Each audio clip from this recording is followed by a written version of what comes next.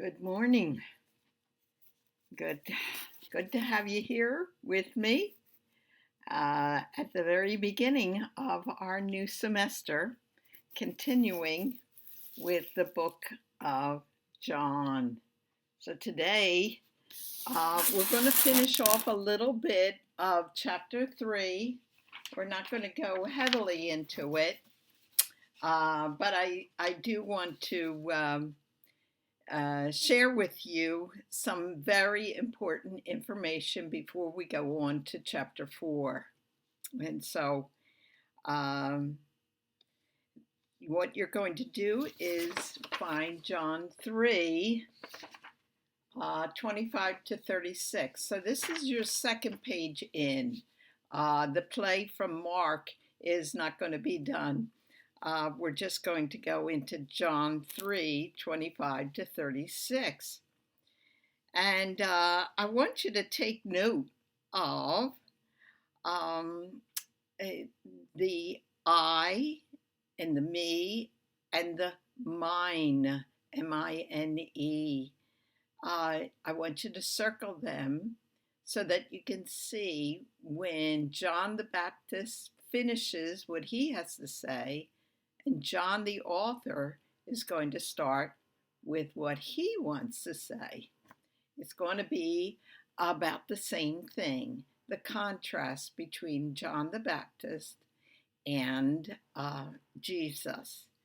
The narrator says, "Now a discussion arose between some of John's disciples and a Jew over purification, and they came to John and spoke to him." Now we don't know about this discussion. But it brought John's disciples to John to discuss another very important matter. And so John's disciples say to John the Baptist, "Rabbi, he who was with you across the Jordan," that's Jesus, "to whom you bore witness, look, he is baptizing, and all are going to him." And so what are you getting from this? Are you getting the idea that they are jealous? You'd be right if you thought that. They start seeing that now that Jesus is on the scene, that Jesus is baptizing more than John is baptizing, although it's not Jesus who's doing the baptizing, but his disciples are doing it.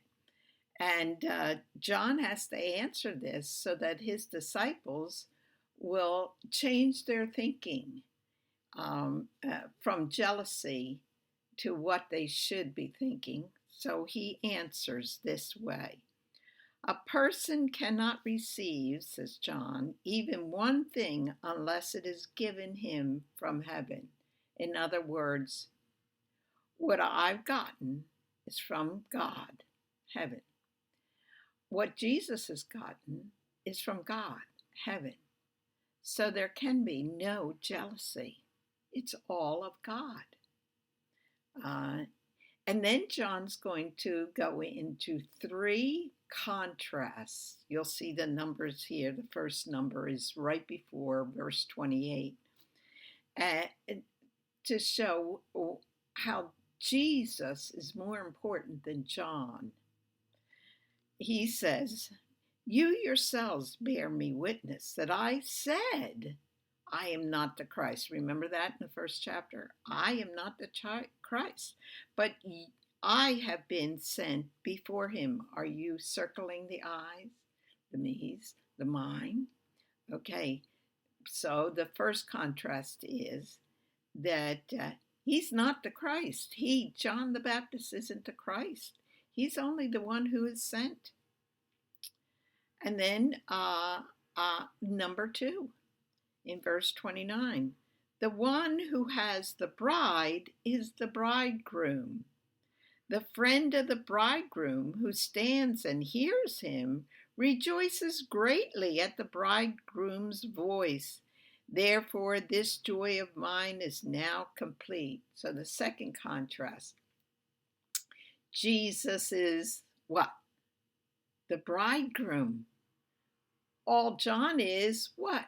The friend of the groom. So there's the contrast. And this sentence right here is extremely important for understanding the next story. So I want you to remember what John just said. He is just a friend of the bridegroom. Jesus is the bridegroom. Now, this is interesting because just a chapter before, we have the wedding of Cana, where Jesus participated in that wedding and provided wine for that wedding. And now we hear about a wedding again. And so keep that in your mind because you're going to need that for the next story. The third way there's a contrast is this. He, that's Jesus, must increase, but I must decrease. That's John's contrast between him and Jesus. Jesus is the one who increases. John is the one who decreases. This humility is awe-inspiring, to tell you the truth, because we're all wishing that we're the most important, aren't we? We all wish for acclaim, for kudos, for people to say to us that we did a good job. It's just a part of human nature. We're all very self-centered. For John to say this about Jesus tells us that he is a godly man. He's not jealous that Jesus is increasing. He's not jealous that the followers of Jesus who get baptized are more than the followers of himself who get baptized. Okay, so did you notice the words there? I, me. He says, I said, I am not the Christ, but I have been sent before the Christ. And then he says, therefore this joy of mine is now complete. He must increase, but I must decrease. Now watch, because you're going to see a difference. He, in verse 31, Jesus, who comes from above, is above all. He who is of the earth, that's John, belongs to the earth and speaks in an earthly way. In other words, Jesus was eternal in the past. He comes from heaven above. But John was not eternally in the past. He was born here on the earth. He, Jesus, who comes from heaven, is above all. He, Jesus, bears witness to what he, Jesus, has seen and heard. Where has he seen and heard anything? In heaven. And that's what Jesus teaches, what he has heard from heaven. Yet no one receives Jesus' testimony. The one who receives Jesus' testimony sets his seal to this, that God is true. For he, Jesus, whom God has sent, utters the words of God. For he, God, gives the Spirit to Jesus without measure, because the Father loves the Son and has given all things into his hand. And the last verse is verse 36. The one who believes in the Son has eternal life. The one who does not obey by not believing the Son shall not see life, but the wrath of God remains on him. Okay, so what did you see about the second part from 31 to 36? Well, hopefully you noticed that someone is not saying I and me and mine. That has stopped. In fact, John is spoken of in third person. He who is of the earth, it's John, belongs to the earth. So again, we see um, John, the author, uh, now going on to tell a little bit more about the contrast between John the Baptist and Jesus. So that, and we got to take note of that because John is going to say in verse 36 something he's already said in chapter 3. If you remember in John chapter 3, in that right column, he had said in verse 16, "For God so loved the world that he gave his only Son, that the one who believes in him," do you remember that? The one who should not perish but have eternal life. The one who believes in him is not condemned, but the one who does not believe is condemned already because he has not believed in the name of the only Son of God.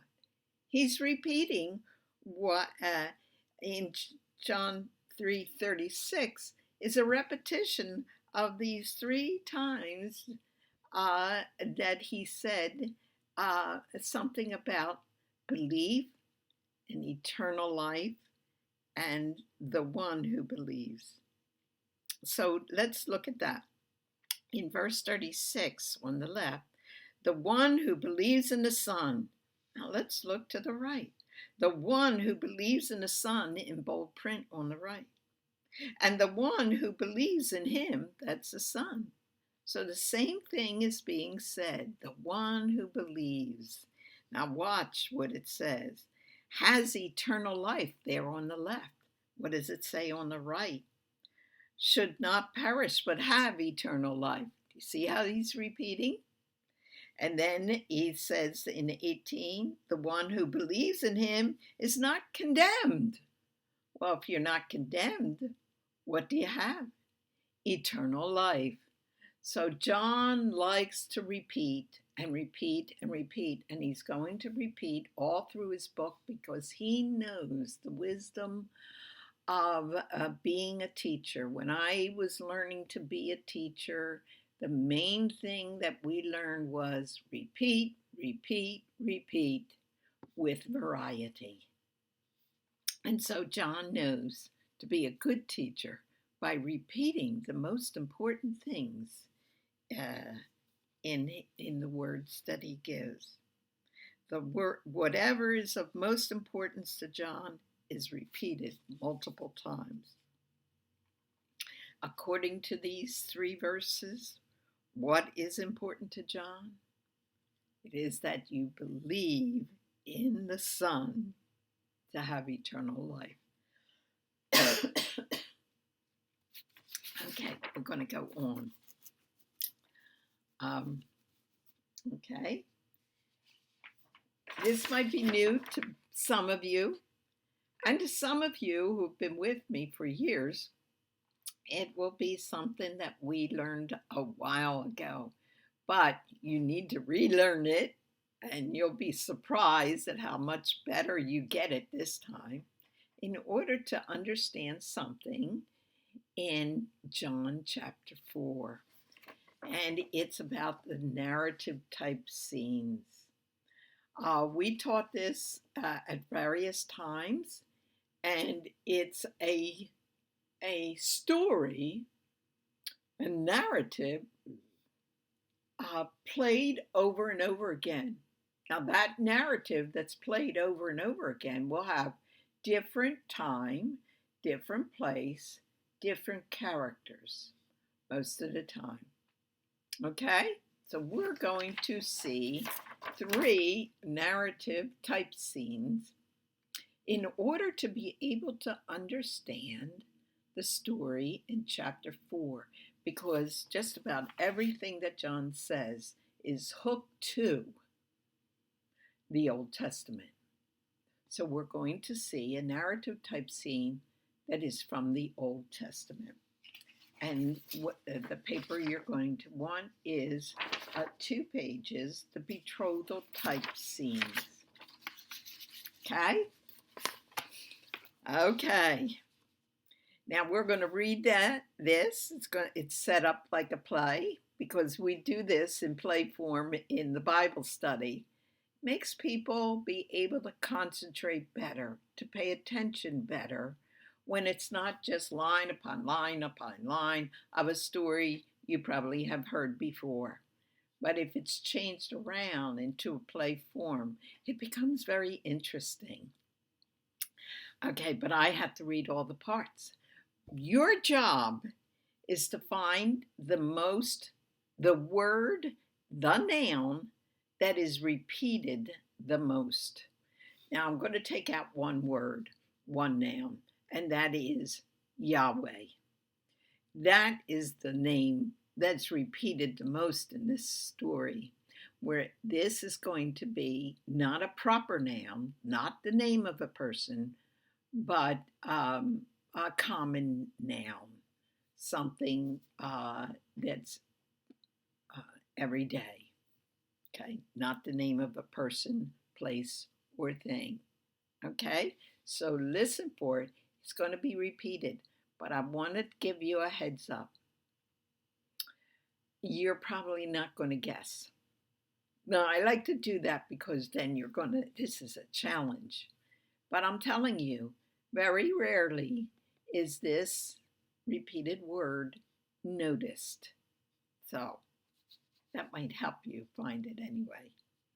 Okay, and it's repeated 18 times, whereas Yahweh is repeated 19 times in the whole story. Now, I've taken out several sections in order to read faster and read the things that are important, but it still has this word, this common noun, repeated the most. So, the narrator says, now Abraham was very old, and Abraham spoke to his servant and says, I will make you swear by Yahweh that you shall not take a wife for my son from the daughters of the Canaanites.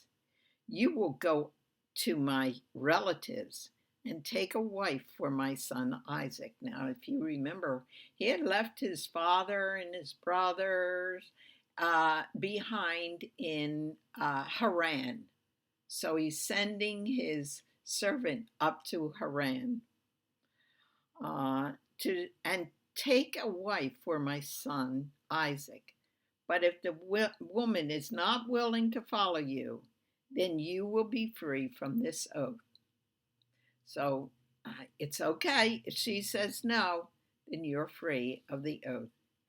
And the narrator, the servant took 10 camels from the camels of his master and set out with a variety of good things of his master's. He went to the city of Nahor. He made the camels kneel outside the city by the well of water at evening, the time when women go out to draw water.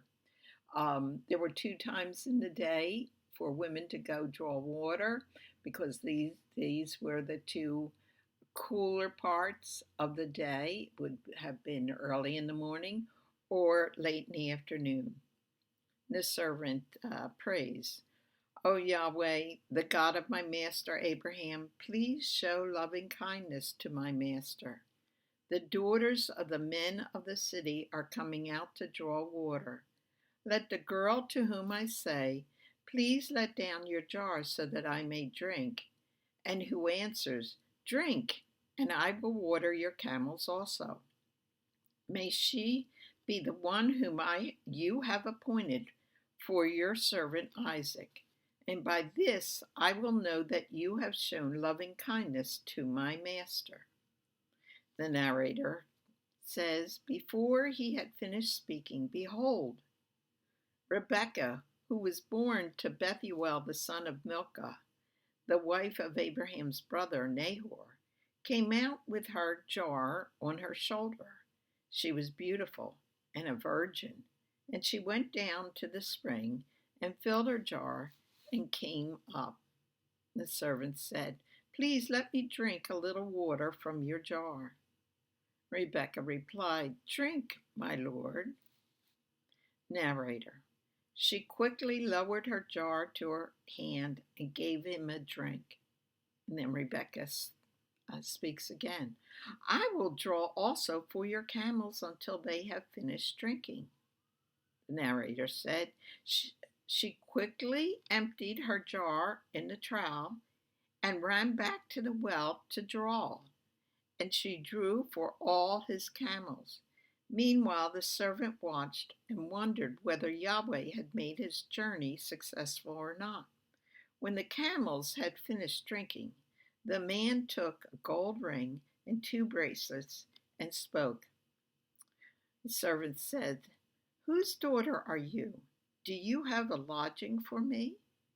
And Rebekah answered, I am the daughter of Bethuel, the son of Milcah, whom she bore to Nahor. We have plenty of both straw and feed and room to lodge in. The narrator. Then the man bowed low and worshipped Yahweh. The servant said, Blessed be the Lord, who has not forsaken his loving kindness toward my master. As for me, Yahweh has guided me in the way to the house of my master's brothers.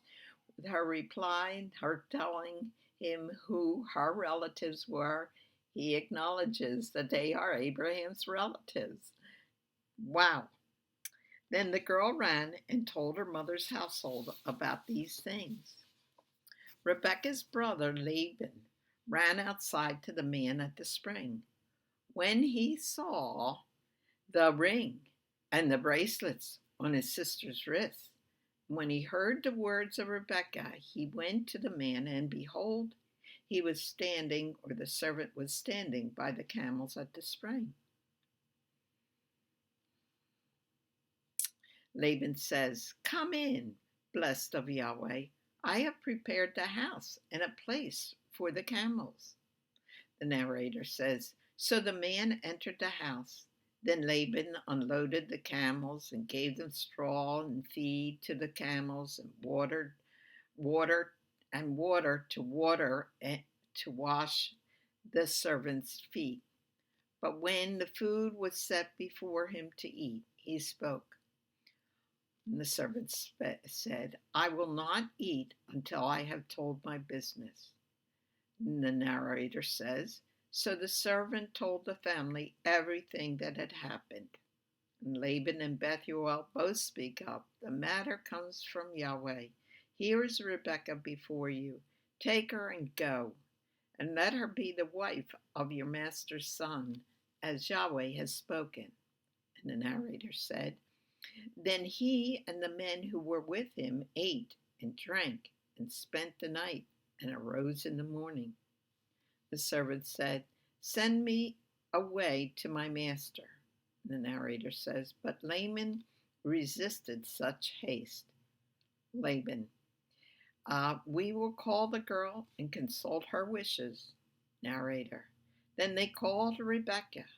Laban, will you go with this man? And Rebekah says, I will go.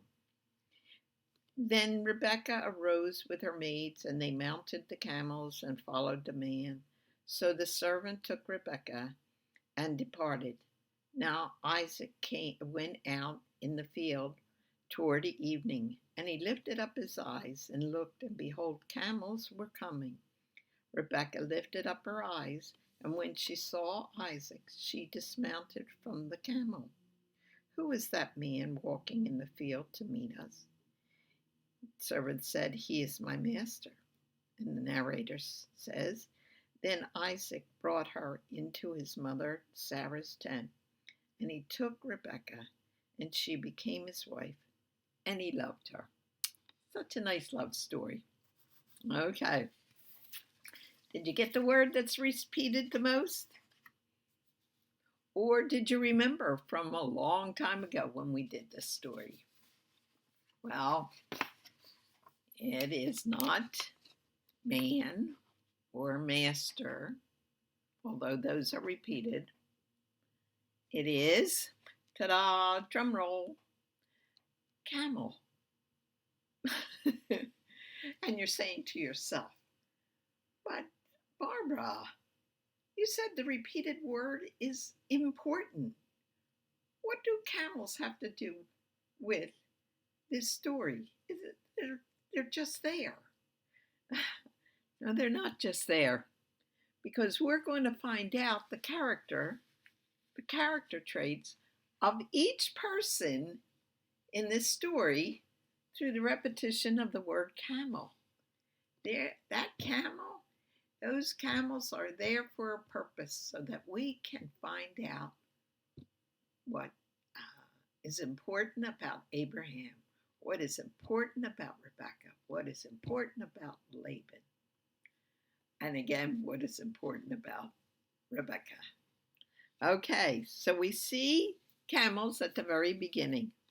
The servant took 10 camels from all the camels of his master. And so we have these camels. So he's taking 10 camels of the many camels that Abraham has, isn't he? Now, in archaeology today, we have found that there are camels in this period of time and used for domestication. The problem is there aren't many. And if they aren't many, then what do you know about those camels?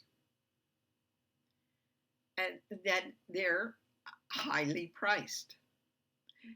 And therefore, Abraham must be a very rich man because he's able to send 10 camels from amongst his other camels.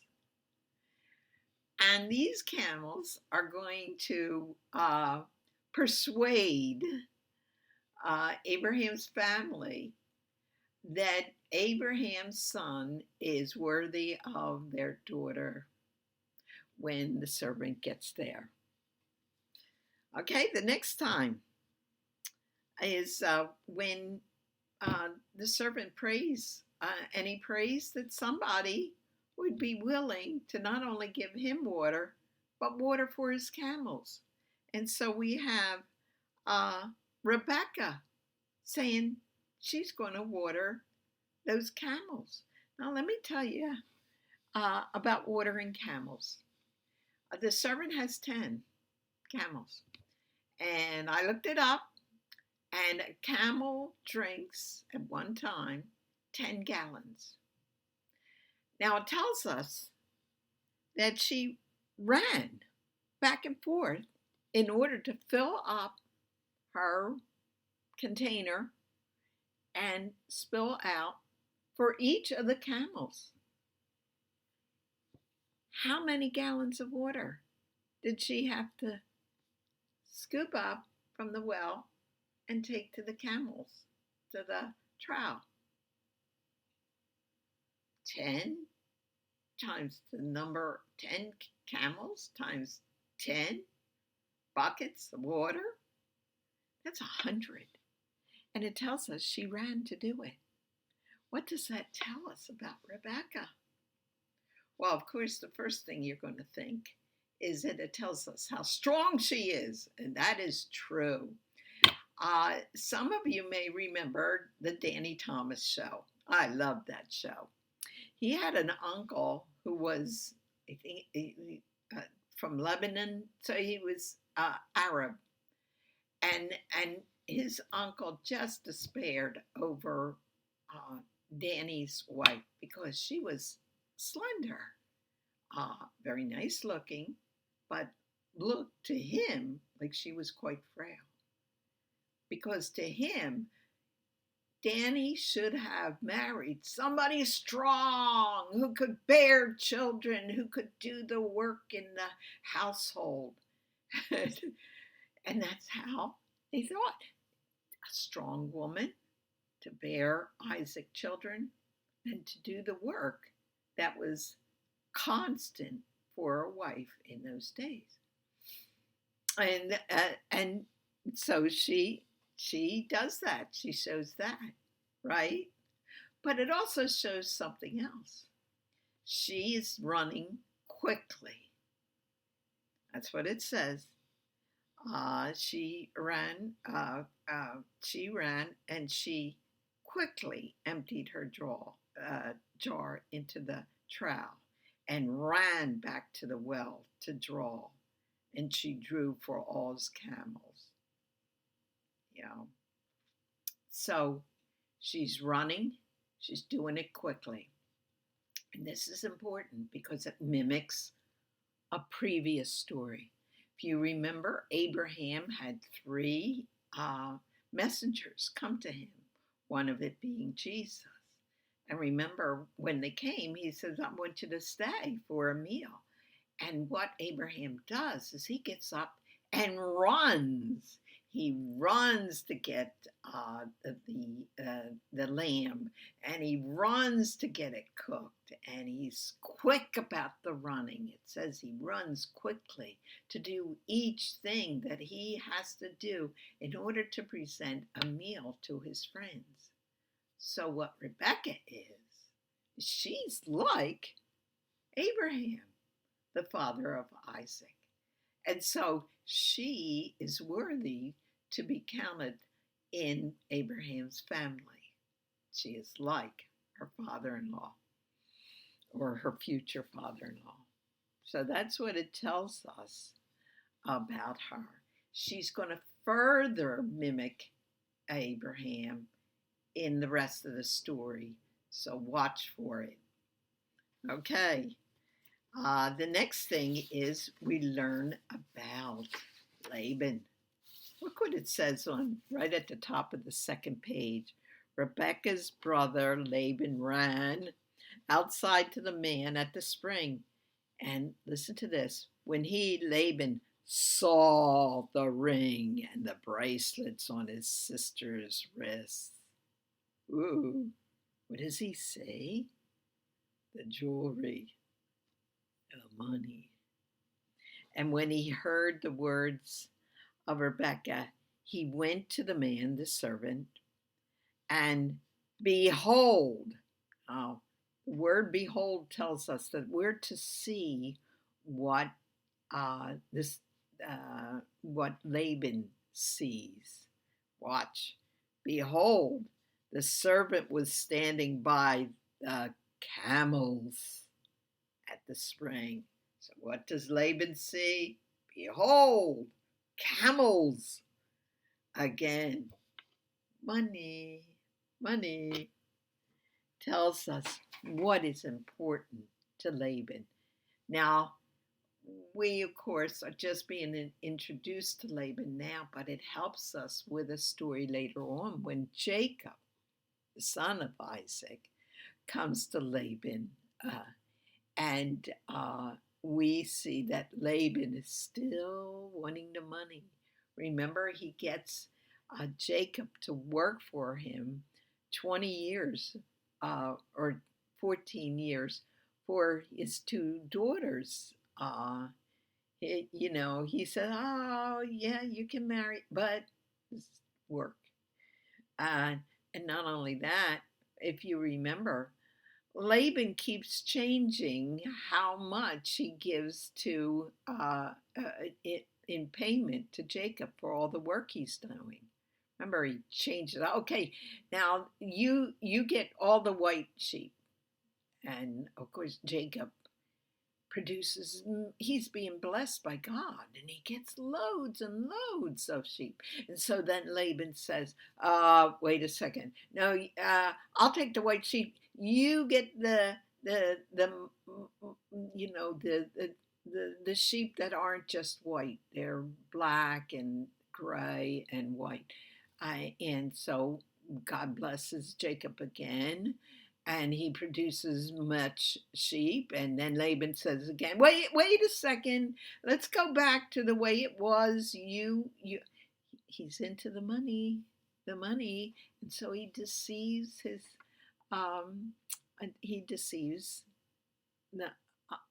Jacob. And we see this a little bit here with the camels and the jewelry. And the last thing we see with the camels is Rebecca going away from her family, away from her country, and to a land that she doesn't know. Because she is willing to go just like Abraham. Do you remember the command from God to Abraham? He says, go to a different country, to a different people, to away from your family. And that's exactly what she does. So she's like Abraham in that she's industrious, she's quick to do hospitality, just like Abraham had. Rebecca was hospitable to the servant, and she goes. And if you look at this, Laban says there on the near the bottom of the page, will you go with this man? And Rebecca says, I will go. She's like Abraham. Okay, now that's the story, but let's see the different parts to it. Well, there's somebody who travels a distance, and that is the servant. He's traveling for Isaac to get a wife for Isaac. He meets a woman. Who's that woman? Rebecca, a niece of Abraham. There's a provision of water. Rebecca provides water from a well. I want you to remember that, from a well. And then the woman returns home to tell Laban and her family about this man. And Laban runs out to see this man because he's seen the jewelry on her. And he invites him to his house. He cares for the camels. And they have a meal. And then there's a betrothal, a promise of marriage for Rebecca and Isaac. You got that? Those important elements: travel, meets a woman, provision of water, woman returns home to her family, a meal is done, and a betrothal. Okay? So now we're going to read another story, and it's going to be a type scene. It's going to have the same ingredients, different time, different place, different people, except this time it's the same place. He's going up to Haran, and it's about Jacob. Watch what happens. In this paper, Genesis 37 and Exodus 2. And what I want you to do is circle or color in the things that you just heard about. So I'm going to put this up for you to watch, and I'm going to read, and you read with me. Following the deception of Esau by stealing his blessing, Jacob was sent to his parents' relatives up in Haran to escape Esau's rage. So this is where the servant had gone, same place. Then Jacob went on his journey and came to the land of the sons of the east. He looked and saw a well in the field. Rachel came with her father's sheep. When Jacob saw Rachel, whom he had been told was the daughter of Laban, his mother's brother, Jacob went up and rolled the stone from the mouth of the well and watered the flock of Laban, his mother's brother. Then Jacob kissed Rachel and lifted his voice and wept. Jacob told Rachel that he was a relative of her father and that he was Rebekah's son, and she ran and told her father. So when Laban heard the news of Jacob, he ran to meet him and embraced him and kissed him and brought him to his house. Jacob related to Laban all the things that had happened, and Laban said to him, "Surely you are bone and my flesh." And Jacob stayed with him a month. Then Laban said to Jacob, "Tell me, what shall your wages be?" Now Laban had 2 daughters. The name of the older was Leah, and the name of the younger was Rachel. And Leah's eyes were weak, but Rachel was beautiful of form and face. Now Jacob loved Rachel, so he said, I will serve you 7 years for your younger daughter Rachel. Laban said, It is better that I give her to you than give her to another man. So Jacob served 7 years for Rachel, and they seemed to him but a few days because of his love for her. Okay, so now we have it. And I hope that you were able to circle the words. Did you notice? Jacob goes on a long journey. And it says in verse 1, then Jacob went on his journey. And it says that he looked and saw, oh, there's that well. And the well is in this scene too. And Rachel came with her father's sheep. And remember what he does, tells us this at the end of verse 10. Jacob rolled the stone from the mouth of the well and watered the flock of Laban, his mother's brother. Okay, so, and then it says she ran and told her father. So she's running to tell her father, her family. And then it tells us that Jacob wanted as his wages a marriage, a betrothal to Rachel. It says that in verse 19, it is better that I give her, Laban says, it is better that I give her to you than give her to another. It's a promise of a betrothal. So, we have traveling. Jacob meets a woman. This time it's Rachel. There is a provision of water. This time it's Jacob who provides the water. The woman, that's Rachel, returns home. She runs home to tell her family, her father. And then there is a betrothal. Got that? So, have a scene, a type scene. Okay, let's go to the last one that we have here in Genesis. Well, it's really in Exodus, which is right after Genesis. But we have a scene again. It says in Exodus 2, following Moses' murder of an Egyptian. Running away, huh? Just like the other scene. When Pharaoh heard of this matter, he tried to kill Moses, but Moses fled from the presence of Pharaoh and settled in the land of Midian. He sat down by a well. Did you notice that? There's a well in each scene. Now the priest of Midian had 7 daughters, and they came to draw water and filled the troughs to water their father's flock. Then the shepherds came and drove them away. Here they had filled the troughs for their sheep, and the shepherds come and say, get away from here, and they take over the troughs. Then the shepherds came and drove them away, but Moses stood up and helped them and watered their flock. When they came to Reuel, their father, he said, why have you come back so soon? So they said, an Egyptian delivered us from the hand of the shepherds. Moses is still in his clothes from being an Egyptian prince.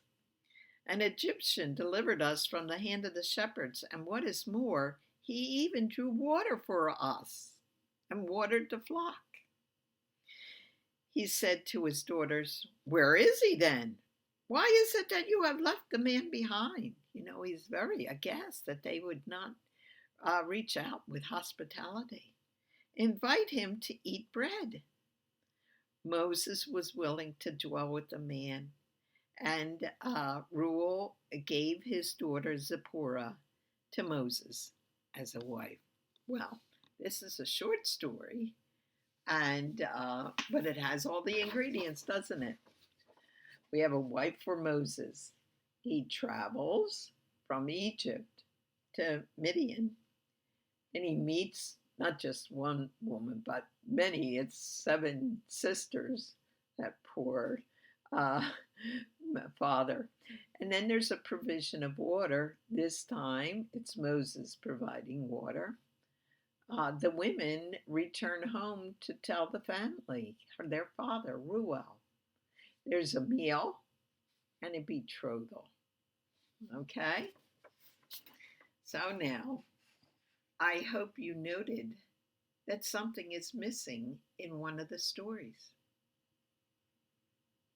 Now, if you wrote the things down, you might have a record of what was said, but what I'll do is make it easy for you.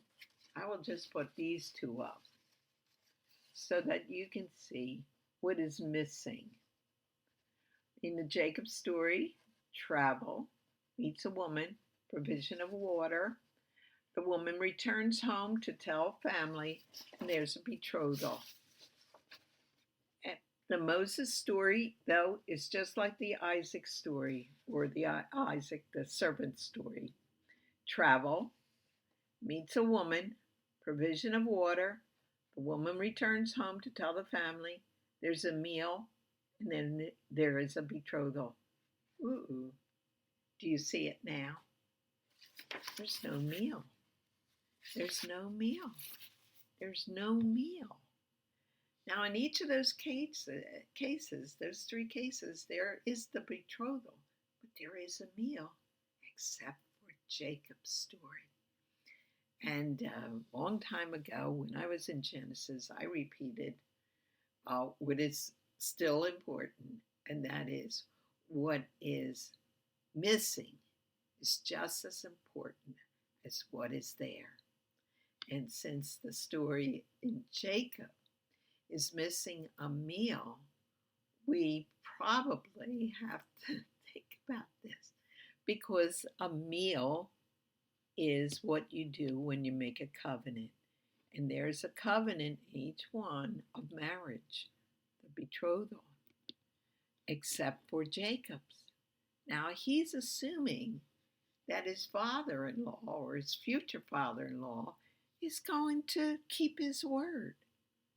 But it's just like when you have talked to a business arrangement, but you don't have it written down, and you haven't signed it, and they haven't signed it, they can renege, can't they?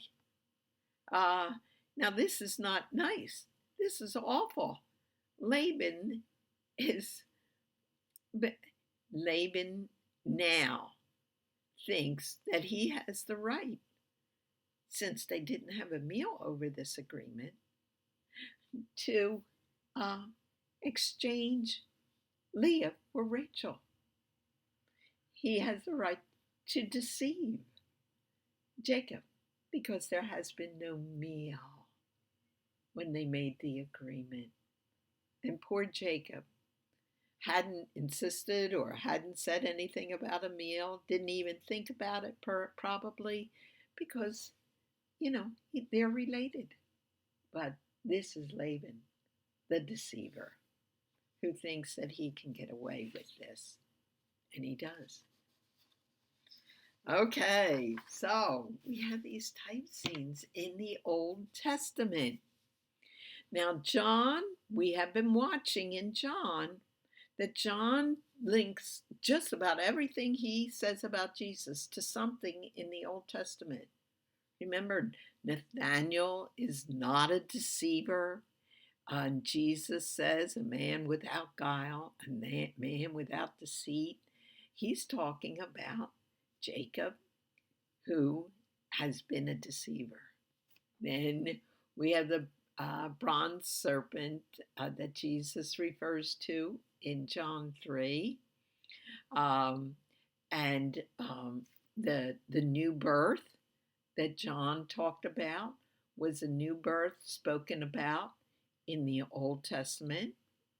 And now we're going to see the story of the Samaritan woman from the point of view of the Old Testament, because that is how John sees this story. He has observed what happened because he was there, and he writes down those things that are important to him in the story. So let's read this story about the Samaritan woman in a new and different way. So get the next paper. It's John 4 in play form, like I like to do. You could take this play form and teach your children stories from the Bible when we do this, or your grandchildren, like I do. Okay, let's read what the narrator has to say. Jesus left Judea and departed again for Galilee, and he had to pass. What's he doing? He's traveling quite a distance. It's a 3 day journey.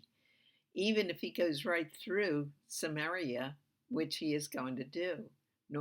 Many times, often, the Jews hated the Samaritans, and they walk on the western side of Samaria near the sea, going around it that way, or they cross over the Jordan to the eastern side, go around Samaria, and come back onto the western side when they got to the area of Galilee, the Sea of Galilee. Jesus left Judea and departed again for Galilee, and he had to pass through Samaria. Now, he really didn't have to, but this is a God thing. This is in order to do what God wanted him to do. He did have to go through Samaria.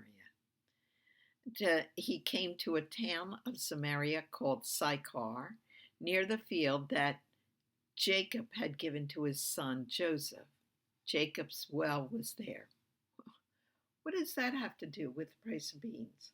Now, the author is mentioning these Jacob, well, in order to give you a clue as to what is going on.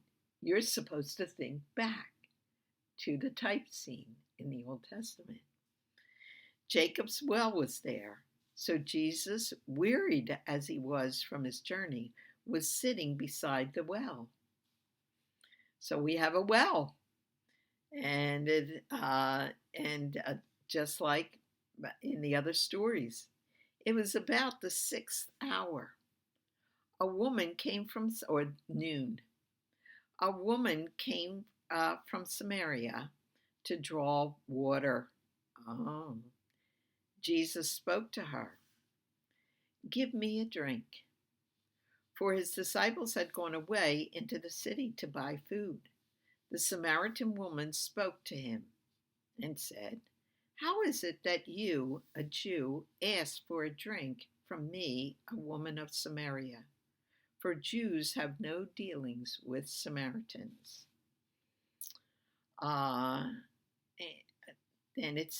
Then Jesus says, "If you knew the gift of God and who it is that is saying to you, 'Give me a drink,' you would have asked him, and he would have given you living water." The woman says, "Sir, you have nothing to draw water with, and the well is deep. Where do you get that living water? Are you greater than our father Jacob?" Another reference back to Jacob. "He gave us the well," reference to Jacob's well, "and drank from it himself, as did his sons and his livestock." Jesus replied, "Everyone who drinks of this water will be thirsty again, but whoever drinks of the water that I will give him will never be thirsty again. The water that I will give him will become in him a spring of water welling up to eternal life." "Sir," said the woman, "give me this water so that I will not be thirsty or have to come here to draw water." She gets it wrong. That's as wrong as Nicodemus got the new birth wrong, right? And Jesus said, "Go, call your husband and come here." And the woman says, "I have no husband." So what does she need? We'll talk about that. So the woman left her water jar and went away to town and spoke to the people. And she said, "Come, see a man who told me all that I ever did. Can this be the Christ?" They went out of the town and were coming to him. Oh, there's so much loaded in this story. But you can see, I hope, some of the things that you need to. Okay, let's just put up our things. Traveling. Jesus travels from Jerusalem up to Galilee by going through Samaria, a 3-day journey to Galilee. So he's traveling, doesn't he? He meets a woman. Where? At a well. Now here's the hard question. Someone provides water. Who's that? Well, don't say the woman, because even though he asked for it, and it's missing that she provides, it's missing, it's not there that she provided him water. Doesn't ever say. She did. You just assume it. But she isn't the one who provides the water. Who's the one who provides water for this woman? It's Jesus. He's talking about the water, isn't he? And you'll never be thirsty again with my living water. And she wants this water, doesn't she? And what's really interesting is that one of the ways we can tell that she's finally got it is that when she goes back to town to tell other people about this Jesus, she leaves her water jar. That water jar, that leaving the water jar is symbolic of her saying, I don't need that water anymore. She has the true and living water, doesn't she? She has the provision of water from Jesus. Now, watch what she does, because she does something that, remember, in chapter 1, Philip did and Andrew did. Remember Andrew, when he found out about Jesus, he runs to his brother Peter. He goes to his brother Peter to tell him about Jesus. Andrew is so excited. He goes to, Philip is so excited that he goes to Nathanael to tell him about Jesus. What does she do? What a disciple does. She goes to town, back to town, to tell the people. It's like she returns to her family, right? Tell the people about Jesus. And what she has to say draws the people to him. Remember that? And what does she need? Here's the thing. She, when he says, go call your husband and come here, she has no husband. What does she need? She needs a bridegroom. And who is that bridegroom? According to John the Baptist, Jesus is the bridegroom. And who is his bride? According to the New Testament, the church. This is all symbolic of this woman, this Samaritan woman, becoming the bride of the bridegroom by accepting, believing in Jesus. Right? Okay. When I first heard it, I said, no. But then with these type scenes, I put it together, and this is what it's mimicking the old type scene, because the church will go through the marriage supper of the Lamb, and that will be the meal that's spoken of here.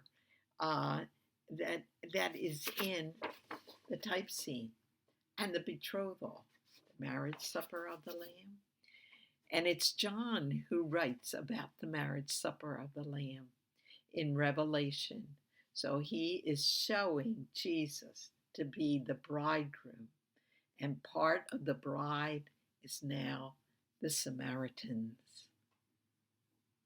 Okay, so also by lining her up with Jacob and Moses and Isaac, John is identifying her with the matriarchs, the God-fearers, the believers in God of the Old Testament. So she is on a par by the time the end of the story comes with those matriarchs and patriarchs of the Old Testament, of the narrative type scenes. So the betrothal type scene links the story to the other type scenes in the Old Testament and to the marriage supper in Cana, because there's all kinds of marriage signals, the marriage at Cana, and then John the Baptist calls Jesus the bridegroom, and then this story where she has no husband, therefore she needs a husband, a bridegroom. And then the marriage supper of the Lamb, where the Samaritan woman will be betrothed to Jesus, because she, in her belief, becomes a part of the future church when Jesus leaves.